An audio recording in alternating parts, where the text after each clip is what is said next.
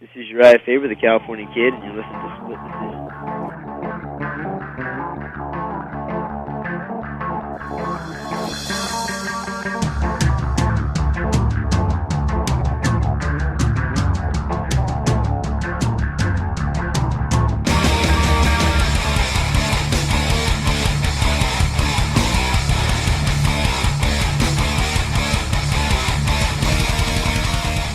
All right, MMA Maniacs, welcome to Split Decision, your weekly MMA podcast brought to you from the Ruloff Family Inc. studios. Bueller and Dodge on the mic, of course, going to bring you the latest in the MMA news and breakdown of your upcoming UFC 173 Barao versus Dillashaw happening this Saturday. And, of course, we're going to thank Fight Fans Video Network for sponsoring us on their Spreaker, Stitcher, and SoundCloud. We have our own Spreaker, Stitcher, and SoundCloud. Yes, we have Stitcher. Also, iTunes. That's the easiest way to do it, man. Honestly, subscribe on iTunes. You'll never miss a show. It'll always update for you. And you can check us out on Instagram and Twitter on SD_MMA. Our official website, which is SplitDecisionMMA.com. And on Facebook, give us a like, Split Decision MMA Podcast. With all that said and done, let's jump into some crazy news. Dennis, you gonna get us on Blogspot so Joe can continue saying that? I would have to actually create a blog spot. I found a blog spot. Did you? All right, back to the news. Yeah, back to the news. Blogspot's got porn. I know that. I don't know if they have any. Whoa. British Columbia Athletic Commission has banned TRT before UFC 174 happens there. In before 174? In before 174, yeah. Yeah. So they're basically taking the steps that the California State Athletic Commission, the Nevada State Athletic Commission, and the New Jersey State Athletic Commission have put forth along with the Brazilian Athletic Commission and say that they are going to ban TRT. Well, I mean, I thought Dana White pretty much said it was not going to be allowed in the UFC no matter what. It was going to not be allowed. Yeah, anywhere they go that they're not the regulatory body. Now, British Columbia has a regulatory body, okay. So it was going to be up to British Columbia. Okay. They've decided to, just like everybody else. I mean, it should just be, like, realistically, it should just be a company-wide policy. Not just an athletic commission policy, but a company-wide policy. Because especially if you're going to go to a state that still allows it, right. Then you're going to have guys cycling on, cycling off. Oh, I only want to fight in this state because they allow TRT. Well, that's what I was thinking. Why don't you just have that? Like Abu Dhabi. That is the... Everything goes at Abu Dhabi. UFC TRT 4. Yeah. Yeah, I'd like to have an all TRT card. I'd be okay with that. I would be okay with that. Every fighter is on I'd be TRT okay with that. is on this card. Just like an all every single like one, all steroids, including the women. Yeah, all steroids Pro Bowl, all steroids World Series. Right. You know, let's and cocaine in every main event. Yes. Whoa. Yeah. They can pick their drug. Dude, I want to get Lawrence Taylor out there. Bro. That's illegal. Melvin Gillard make a comeback if that was allowed. Allegedly. No, he did cocaine. No, allegedly. No, he did cocaine. There's no allegedly about it. He did cocaine. He got busted with it. He did. Moving on now to your celebrity fights. Celebrity fight. Shaquille O'Neal wants to fight Jose Canseco. Either in an MMA bout, a UFC bout, or a street fight. He didn't learn from Hung Man Choi? He's going to try to fight another big-ass dude? So that's a terrible idea. He only lost in 77 seconds in that bout, okay? 77 seconds. He practically got ragdolled in that fight with Hung Man Choi. It was pretty funny. I would watch this fight. I don't know how fast Shaq could move at this point. Shaq even said he'd fight Hung Man Choi. I would hella watch that. Yeah. That'd be the biggest, slowest fight ever. Hey, give me some Shaq trash talk. You know, if we go to it, I'm gonna bash your brother. You know, you think that you bash brother? I'll hit a home run with your head. You're gonna meet my elbow. You're gonna get my size 15 foot in your ass. I believe it's bigger. It's like size 25. You're gonna get my size 25 foot in your ass. You taste my toes. That's what you're gonna taste. You're gonna taste Shaq toes. I'll show you Shaq Fu, bitch. Shaq Fu, I like it. Yeah. He even said he'll knock him out in 42 seconds. His number? Awesome. Wait for it. Wait for it. He said a UFC fight, a street fight, laser tag, doesn't matter, I'll beat him. What is his reach? I wonder what his reach is. Pterodactyl. 112, 115. I would like to see Shaq fight in a UFC bout. I'd watch it. I'd hella watch it. Any MMA bout. I mean, he's... Look how big he is over the ream, dude. He wouldn't make weight. He couldn't make weight. Super heavyweight. Yeah, it would have to be an exhibition match. There's no way he wouldn't make weight. Look, there's your girlfriend. What does he weigh? 300 pounds? It's got to be. At least? It's got to be. Brock Lesnar. I don't know. Well, somebody signed their own death warrant in Rio de Janeiro. Yeah, a little unsafe celebrity news, I guess you could say. Shogun Rua was robbed at gunpoint They made him strip, made him get naked. What? They took everything but his boxers. He was shoeless, shirtless, pantless. They took everything he owned, put a gun to his head, and took everything he owned. Why would you do this as Shogun? He's going to... I have a specific set of skills. Oh, yeah. 4 armed guys. Yeah. With, They told him straight with up. assault rifles. We know you fight. Don't even move around. Yeah, Just that's why they had guns. Yeah. But he's going to come back and kill them. This is Taken. No, it's Brazil. It's How are you Brazil. going to find him? He says this thing. Hey, it was the these guy things with the happen. gun. Yeah, he said these things happen, and he said, "Don't worry, it'll be safe when the World Cup comes." Yeah, right. No, he says because they get extra police force and extra army that comes in to make sure that the World Cup is safe. He's all, but what about after? We got to live with this shit. Like seriously. Yeah. Hey, you know what? The whoever is in charge of this whole World Cup thing already put out a notice to all the other countries. Tell your people if they get mugged not to scream because they will get killed. They said that. Just tell them, look, there's no use crying over spilled milk. You already got robbed. Fucking deal with it.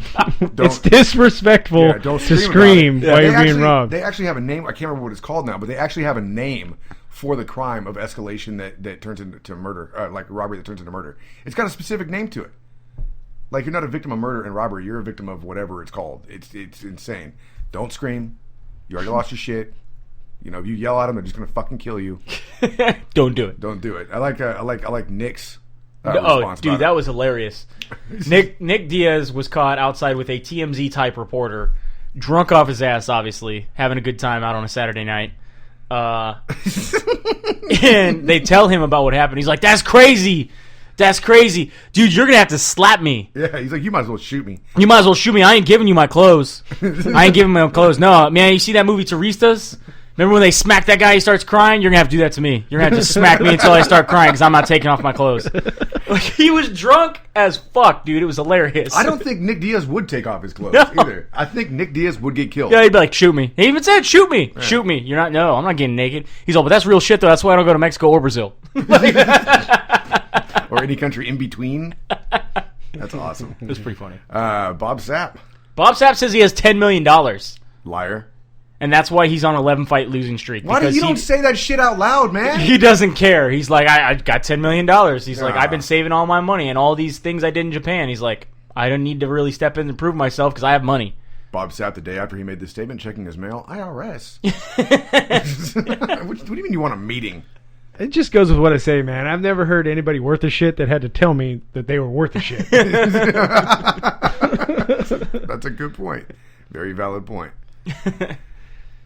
Renzo Gracie got arrested recently. Oh, wow. And Yeah. Igor, right? Igor Gracie, yes, his cousin. They both got arrested in a barroom brawl in New York City, where the bouncer now has a broken arm. Well, that's what you get for fucking with the Gracies.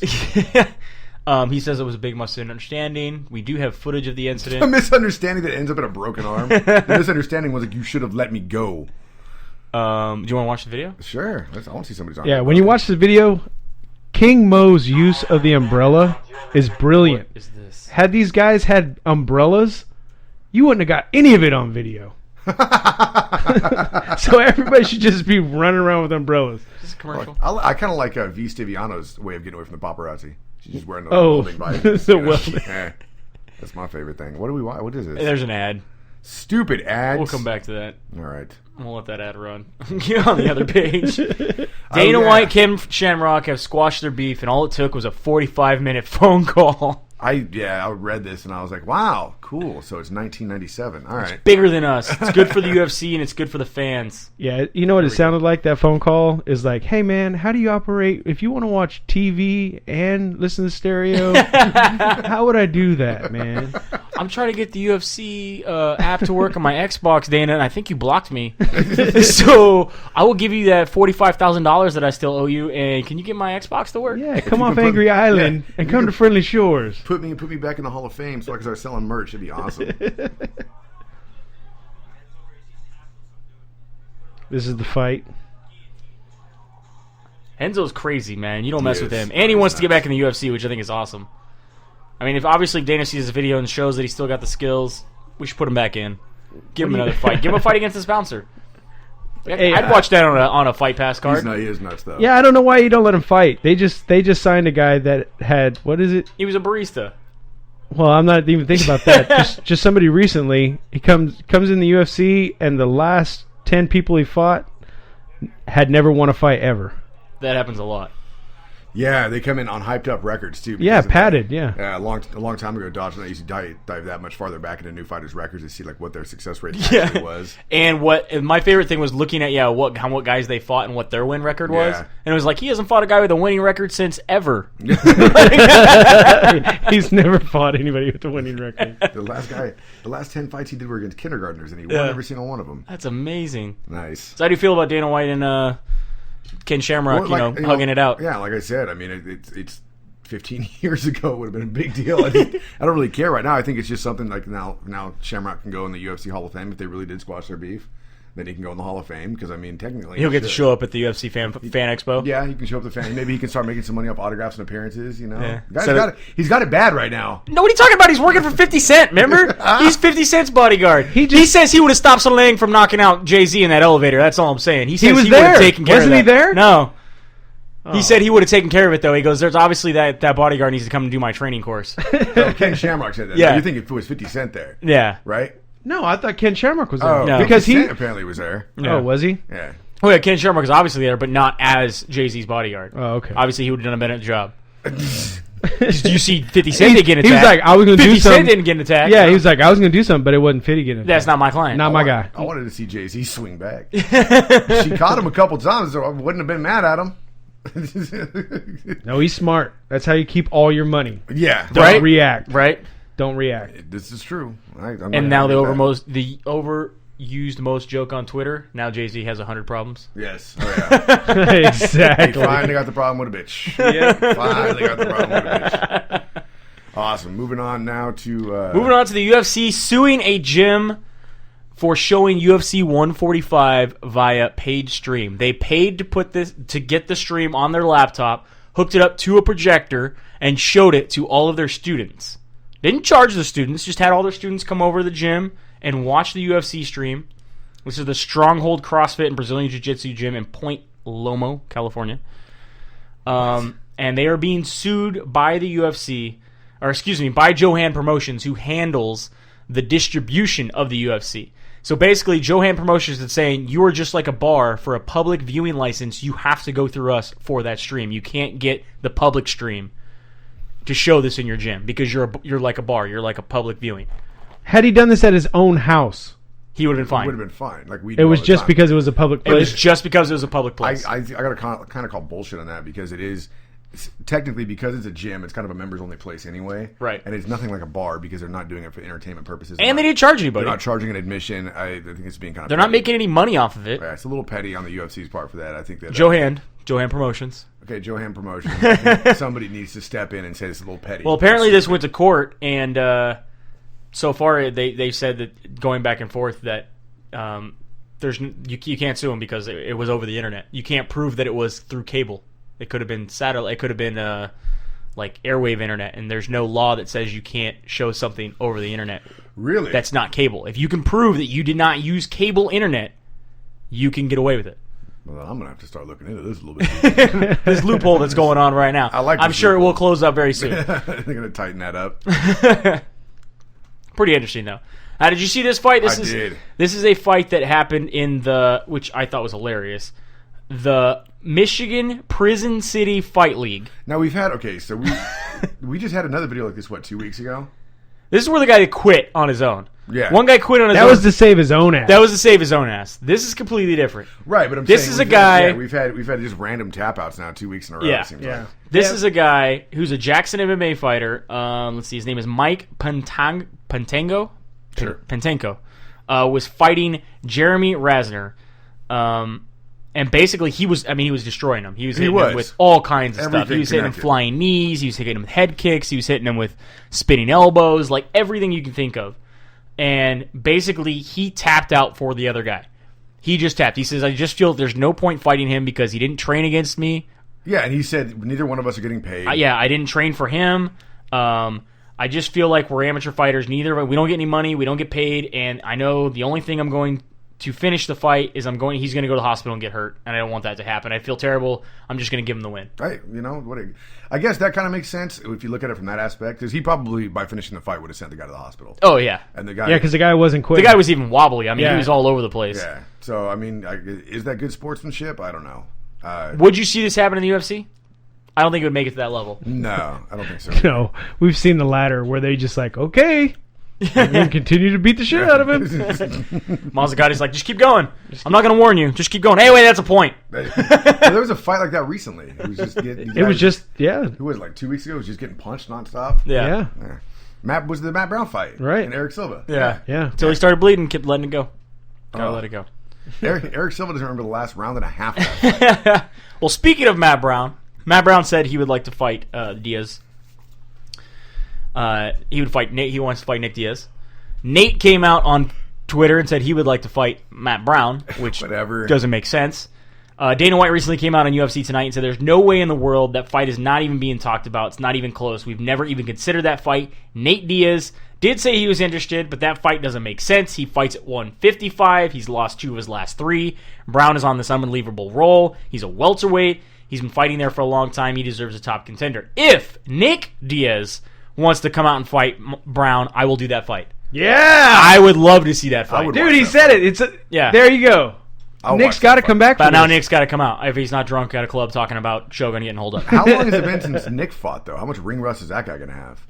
When's the last time he fought? When he lost to GSP? You just love saying that. Like when he's like, what do you mean? The last 2 fights he lost. GSP, right? Yeah, I get it. I mean, when's the last time Nick Diaz fought? Anybody remember? It was GSP. It's been, 2 years? It's been forever, man. We will look that up right now. Boom! Last time he fought was 2013. It was last year, March. Oh, okay. It seemed like it's so when he much fought longer. GSP, and the fight before that, he did lose to Carlos Condit in February of the year before. But he would be a better draw and a better fight for Matt Brown than Nate. I would say that's a co-main event, 2 possibly main event. Yeah, yeah.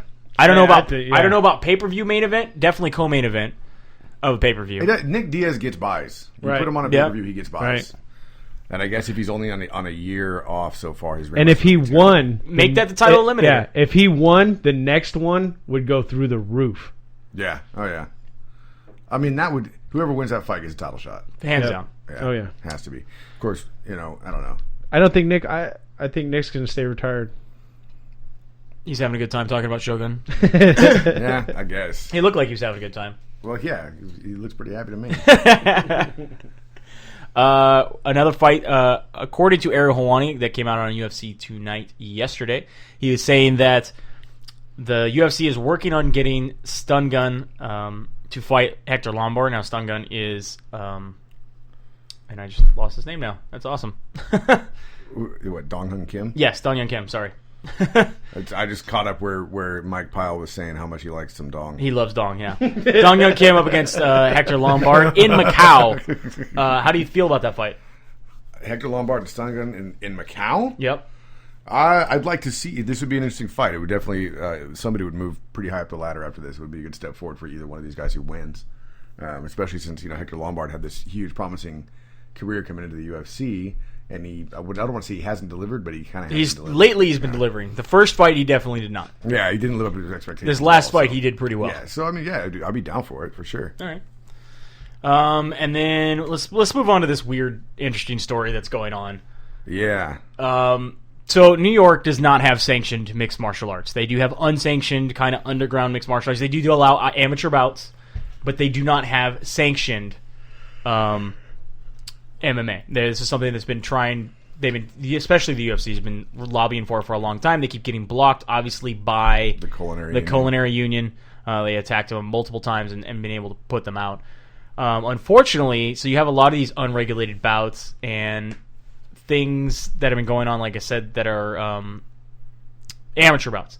So they've come to find out that guys that have fought in New Jersey, who have been banned from fighting in New Jersey, where they actually have an athletic commission that allows mixed martial arts. And they're turning guys away due to a lot of things, such as what they have here. They have subdermal hematomas, which is nothing, concussions, hepatitis C, HIV, detached retinas, and other medical conditions. They're turning these guys away in New Jersey, have been allowed to fight in New York. There's not so much being allowed to fight. With no regulation. Yeah, there's no checking. Which is pretty crazy. They're showing up in a parking garage somewhere and they want to throw down. And I'm sure these are happening in more than just parking garages. Facebook fights, bro. Yeah, in gyms. Fighters looking fights. You know what I mean? Fighters seeking fights. Yeah.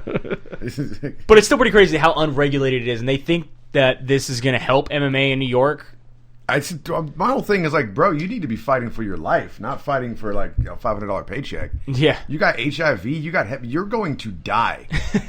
He's probably going to fight like that, too. What I got to live for? It's crazy to me. Hell no. It's a scary, scary situation. Yeah. I mean, think about when Magic Johnson came back to play basketball, and a lot of the players were worried about that because every once in a while, an elbow gets thrown or something like that, someone starts bleeding on the court. Blood happens in MMA all the time. Yeah, it's not if, it's when. So I mean, I can see why that's a concern. It has nothing to do with like being prejudiced against people who have Hep C or HIV. It has to do with safety. That's a pretty serious deal. I mean, how many people have gotten bled on? I mean, we've seen fights that look like, Tyler Durden bleeding on Joe in Fight Club. Right. Think about Joe Stevenson. You know what I mean? Imagine if Edwin Deweese. Yeah, or just like Sean Shirk. Yeah, Sean Shirk when he got kneed by BJ Penn. In fact, I think I did a whole write-up that was somewhere. I think it's still on our Facebook of like the bloodiest, most violent fights. I mean, think about in the UFC and in Pride. If those had, if any of those guys had Hep C or any other kind of bloodborne pathogen that was like dangerous, it's like in the guy's mouth. Yeah, that pissed me. Man, if I got herpes from a fight, dude, I would be pissed. Pissed. Like, what happened? What is this? Dude, blood in my mouth, and I got that sucks. I didn't even get to enjoy getting it. That's really bad. So then we had our Bellator pay-per-view happen over the weekend. It actually happened. I love seeing the Tito's back. The Tito's back tweets and Facebook. A lot of Tito's back tweets, yeah. So if a has-been beats a nobody in an organization that nobody cares about, does it make a sound? Let's roll over the main card. We have Michael Page defeating Rick Rainey. We have Alexander Volkov defeating Blagio Ivanov. Tito Ortiz chokes Alexander Shlemenko. Now, mind you, this is a light heavyweight taking out Alexander Shlemenko, who is their middleweight champion. So now Bellator's screwed. Right. Because you don't have a champion that you can really promote anymore because he just got beat. Now, mind you, it was a guy that was a bigger weight class, but also a guy who's lost his last 6-7 fights. Mm-hmm. And it's Tito Ortiz. Tito, he all of a sudden decided, I could beat any light heavyweight now because look what I did to a middleweight. He literally said, I will roll over every light heavyweight. That's right. In his head, that's how that math works. So that means he's fighting Rampage next, right? No. Then we have Will Brooks takes Michael Chandler's belt. Michael Chandler was supposed to be fighting Eddie Alvarez. Because obviously... So he gets beat by the late replacement? Yeah, he gets beat by the late replacement. Now, Michael Chandler... Remember, Eddie Alvarez technically has their belt. This was for the interim belt, and they were trying to build up the Michael Chandler, Eddie Alvarez 3. Mm-hmm. And what happens? Will Brooks wins. Right. And then Quentin Rampage Jackson defeats King Mo Law. Which he did not. Which I don't think he did. It was very controversial, unanimous decision. I think it should have been a split decision. It should have went the other way, in my opinion. Right. Mo Law definitely dominated the wrestling.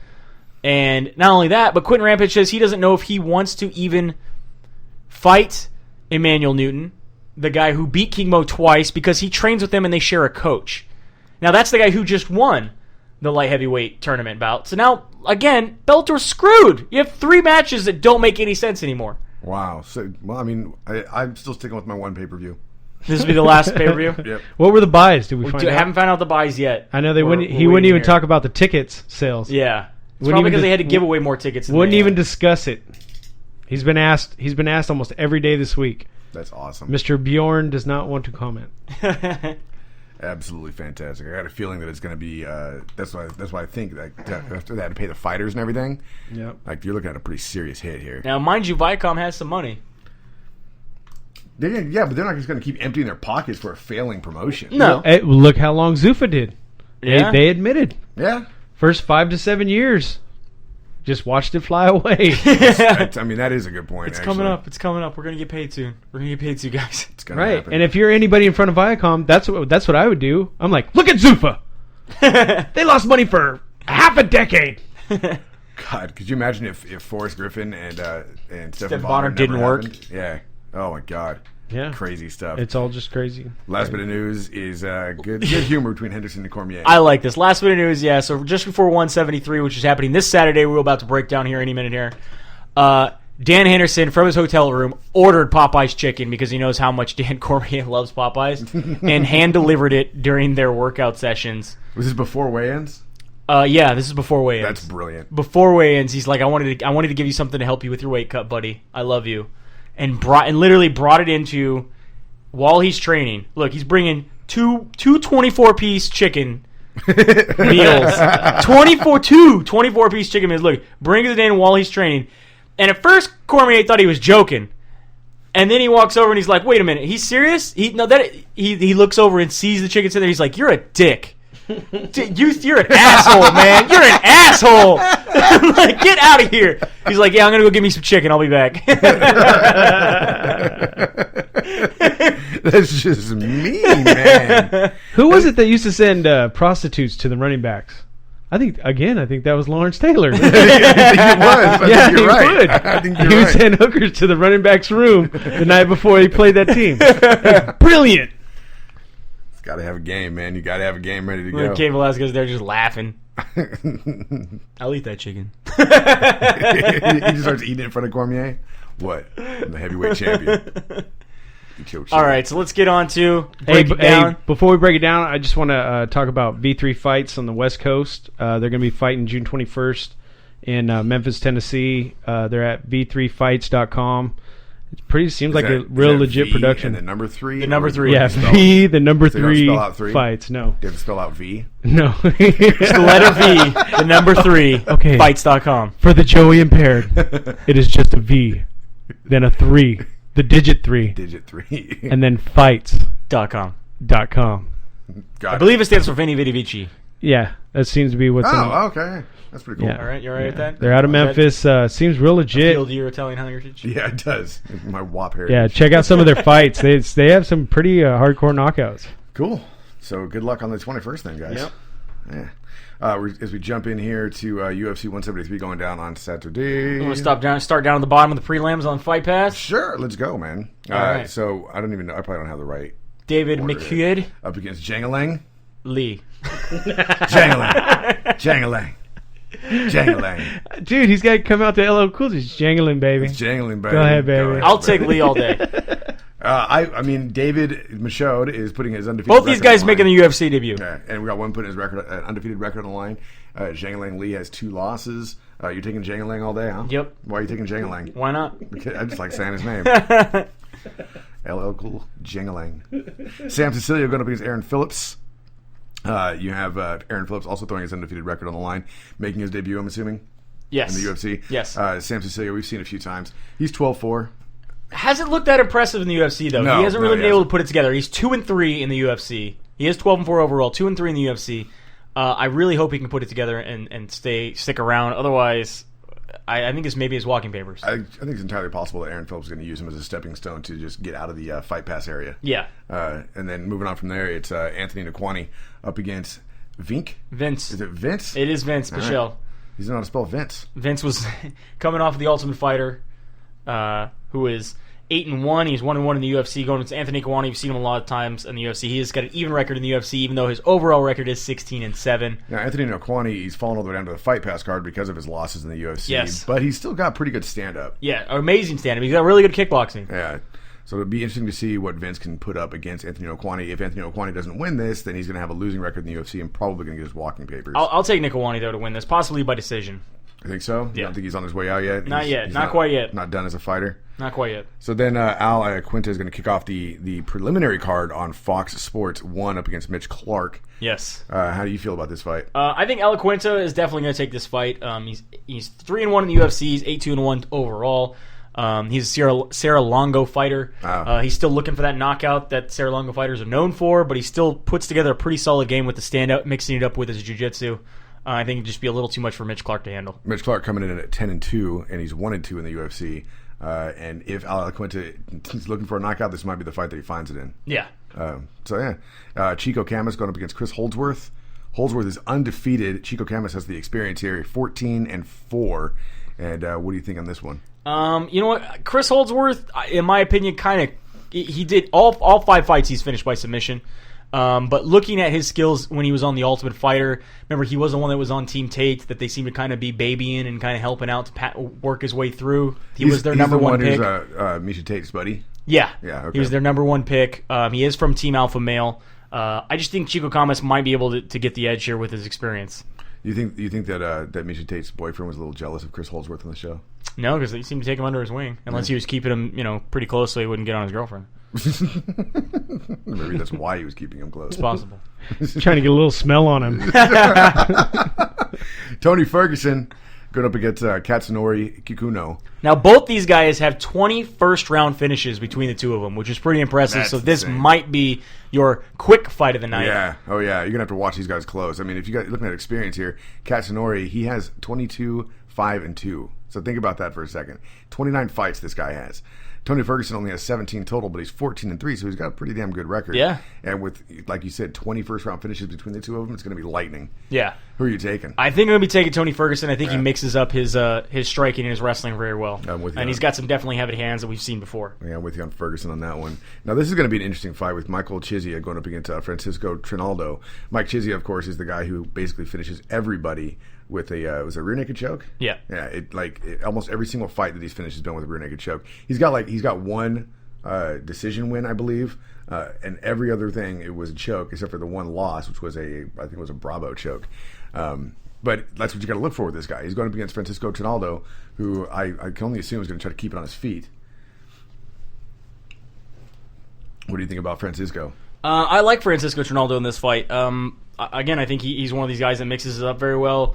Michael Chiesa did win the Ultimate Fighter and shaved off that crazy homeless beard that he had going on for a long time.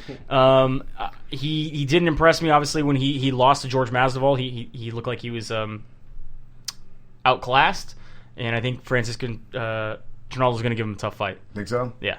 Now he's going to be looking for that rear naked choke, obviously. Yeah. Other than that, he hasn't looked for much else in his fights. So he's had a couple of different chokes, but for the most part, it's rear naked choke. So if he gets to the back of Francisco Trinaldo, you might as well get up and go grab a beer because that's probably when it's over.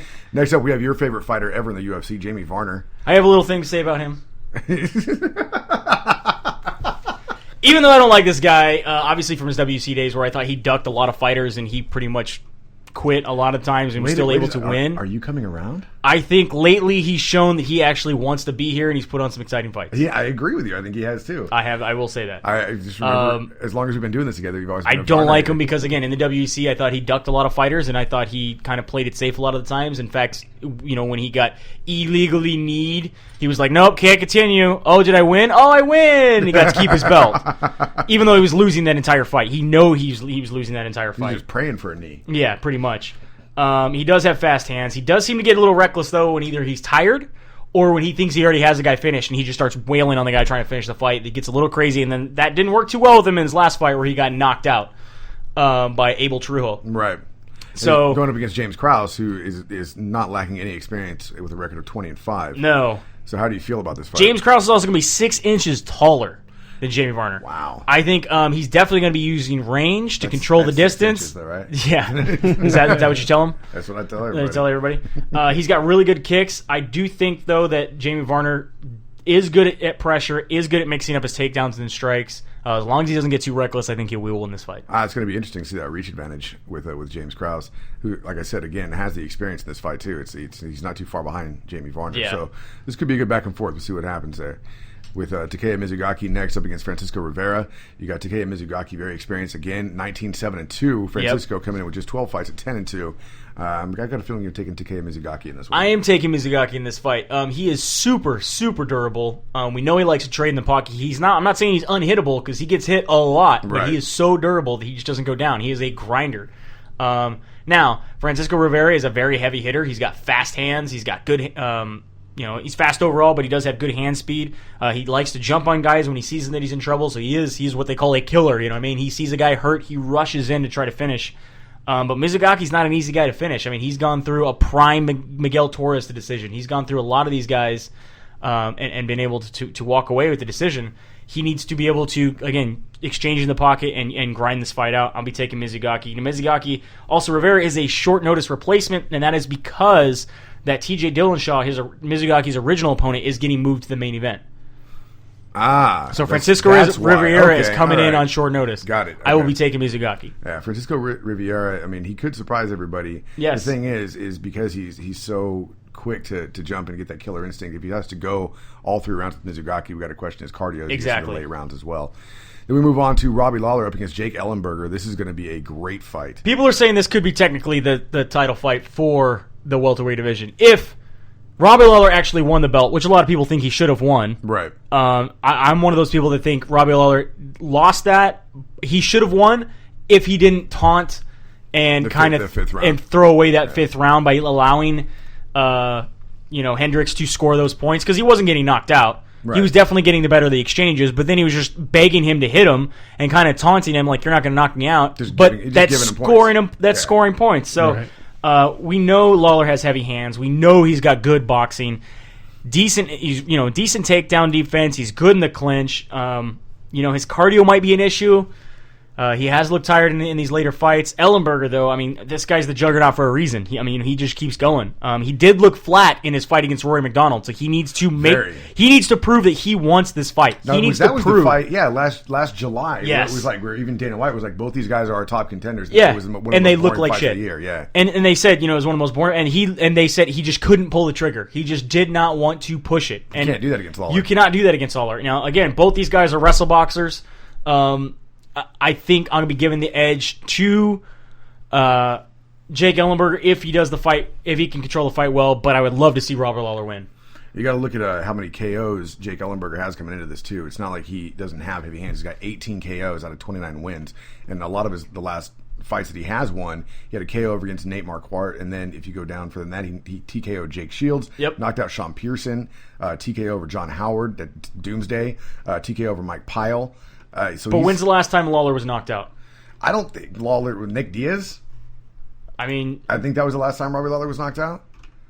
It's been some time. When Nick Diaz knocked him out, it was like one of those weird punches, the little baby punch that somehow knocked him out. It was the Anderson Silva Forrest Griffin jab.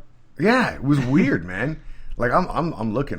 Decision. KO is Nick Diaz. Last time he was knocked out was April 2nd, 2004. Only time I think too he's ever been knocked out. That's all I see. Yeah, it's the only time he's ever been knocked out. So I don't think he's going down now. He could get submitted by Jake Ellenberger, but I think his defensive grappling's enough to be able to keep it on the feet. I love it, man. We're seeing a new Robbie Lawler. We're seeing somebody different than we saw back in the days when he did get knocked out by Nick Diaz.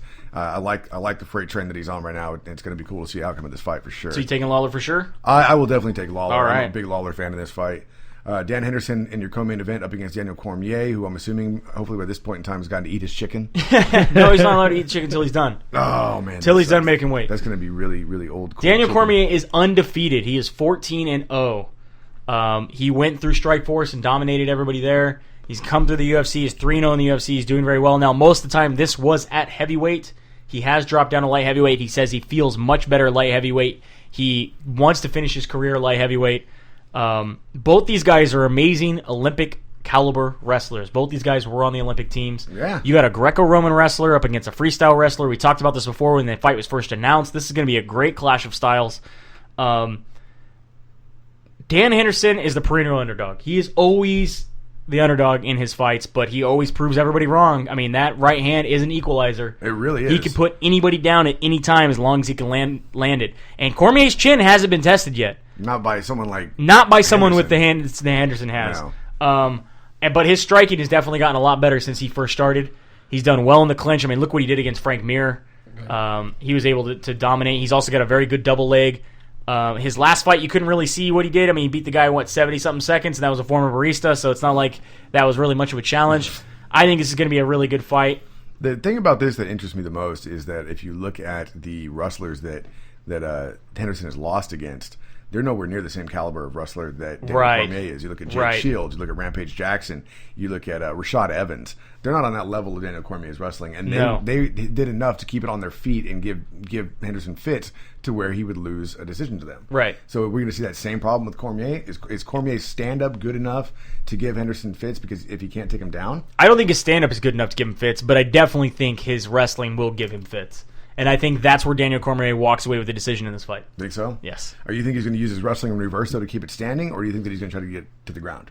I think it's going to be a combination of both. I think he'll mix up the strikes and the wrestling well. If he starts losing a little bit on the striking, he'll take him down, pound on him a little bit, let him get him back up, kind of frustrate him and tire him out. We know Dan Henderson has some cardio issues. We've seen that multiple times in 5-round fights, even 3-round fights. So that's what I got to wonder about. Because I don't necessarily think that Cormier's stand-up is as good as Henderson's. Yeah. I'm not saying that Henderson is a world-class boxer by any means, but with his experience and his training, his boxing has improved vastly. Oh, yeah. And so I don't know how well Daniel Cormier is going to be able to keep it standing, especially looking out for that big right hand. However, if his wrestling is as good as we all think it is, then he's going to be able to get Henderson down at will almost, especially after the first round when Henderson's cardio is dwindling. Yeah. So you got Daniel Cormier in this fight? I'm taking Daniel Cormier decision. I'm kind of up in the air on this one, but I'll go with Henderson. I'd like to see Henderson win. Yeah, I'll go with that just because of that big right hand. Moving on to your main event, a guy who hasn't lost in 31 fights. You have Hayden Barrow defending his title up against TJ Dillashaw, a late replacement coming into this fight card. We got to talk to TJ Dillashaw. If you get a chance to listen to that interview, it is posted on all of our pages. Just make sure you give that a listen. Not only has he not lost 31 fights, but it's been 9 years of 31 fights. And you got to think too. I'm not taking anything away from TJ Dillashaw here, but I mean their captain, their flagship man, Uriah Faber. I don't think TJ Dillashaw is quite ready. I think he got through. Obviously, I mean he was supposed to get this fight if he beat Alcantara, and he lost to Alcantara. Alcantara had to step away from this fight due to a rib injury. That is why TJ Dillashaw has been given this shot. Yeah. He says he's ready. Of course he does. I mean, he says this is what he's been training for his entire career. He is 19-2. He's 5-2 in the UFC. He has looked very impressive. Just one time I'd like to talk to a fighter that you and I both know is going to be outclassed and have them be kind of like, yeah, I know, but, who wouldn't say yes to this fight? Right? I don't know. I think Shale said that in his last fight. Yeah. I think he pretty much admitted he was going to get whomped. Yeah, that's true. That's a good point. Dillashaw is an amazing wrestler. He's shown to have a good, stiff right hand. He blends his takedowns and his strikes very well. As of lately, he's been using a lot of feints and fakes, mixing it up with kicks, which is good. We saw those kicks in the Mike Easton bout. That was pretty impressive. Yeah, like we've said. But Hayden Barrow, man, is on another level. Dude, it looks like Team Alpha Male doesn't know what to do against Nova União. Because literally every Team Alpha Male fighter that has fought a Nova União fighter has lost. That does not bode well for this fight. He uses kicks. He has an explosive jab. He controls the distance. He finishes every fight in every way. I mean, he's submitted guys. He's knocked out guys with spinning kicks, with, all kinds of chokes. He's also big for this division. He is a big, big bantamweight fighter.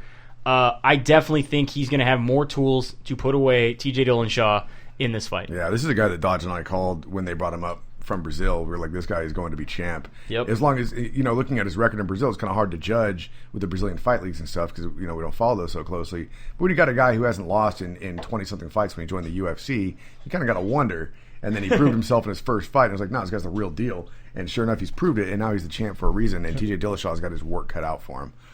We'll see what happens at UFC 173, which is, of course, this Saturday night. If you get a chance to watch it, we highly suggest that you do go to a friend's house or go to a gym that's streaming it live. Technically, it's not illegal.